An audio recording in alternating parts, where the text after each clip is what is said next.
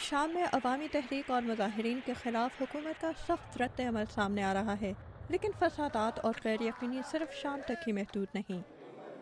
حال ہی میں مصر میں 2 گرجا گھروں میں آگ لگانے کے واقعے کے بعد فرقہ وارانہ فسادات شروع ہو گئے تھے، جس میں 12 افراد ہلاک اور 220 سے زیادہ زخمی ہوئے۔ امریکہ میں بعض ماہرین کو فکر ہے کہ مصر میں عوامی تحریک کی بنیاد ڈالنے والے نوجوانوں کی آواز اب فسادات اور غیر یقینی کے شور میں غائب ہو رہی ہے، جبکہ بہت سے وہ حکام جن کے خلاف انہوں نے یہ تحریک شروع کی تھی اب بھی اپنی اپنی جگہ قائم ہیں۔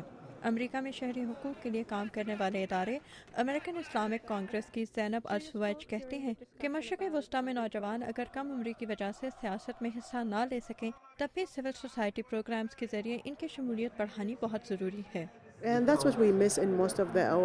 عرب اور مسلمان ملکوں میں ہمیں اپنے عوام کے 60% حصے اپنے نوجوانوں کی شمولیت نظر نہیں آتی، انہیں الگ تھلگ کر دیا جاتا ہے۔ میں سمجھتی ہوں کہ نوجوانوں میں بہت قوت اور ولولہ ہے، وہ اپنے معاشرے کی بہتری کے لیے کام کرنا چاہتے ہیں، اسی لیے ان کی شمولیت جاری رکھنے میں شہری اداروں کا بہت اہم کردار ہوگا۔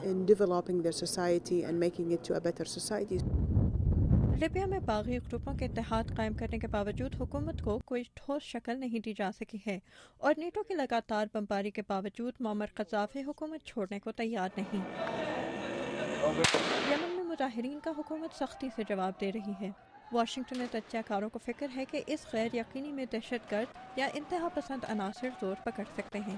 واشنگٹن کے تحقیقی ادارے ووڈرو ولسن سینٹر سے منسلک تجزیہ کار ڈیوڈ آٹوے کہتے ہیں کہ مشرق وسطی میں عوامی تحریکوں کے نتیجے میں بہت سے مختلف گروپ سامنے آ رہے ہیں، جن میں انتہا پسند گروپ بھی شامل ہیں۔ ان کے مقابلے میں کچھ دوسرے گروپ پیدا ہو سکتے ہیں جو ان کا اثر کم کر سکتے ہیں، بجائے اس کے کہ ہم اس علاقے میں انتہا پسندی کے خلاف اقدامات کریں۔ یہ نئی پارٹیاں جو ممکن ہے غیر مذہبی ہوں ان گروپوں کا مقابلہ کر سکتی ہیں۔ میرا مطلب یہ نہیں کہ وہ ایک دوسرے سے لڑیں گی، مگر وہ سیاسی منظر نامے پہ ایک دوسرے کا مقابلہ کریں گی اور یوں اپنے اپنے ملک میں انتہا پسندی کو محدود کر سکیں گی۔ لیکن یہ سمجھتے ہیں کہ القاعدہ اور علاقائی دہشت گرد تنظیمیں اپنے نظریات کی بنیاد مقامی مسائل پر رکھتی ہیں، اور جب تک یہ مسائل حل نہیں ہوتے یہ تنظیمیں بھی اپنی کارروائیاں جاری رکھیں گی۔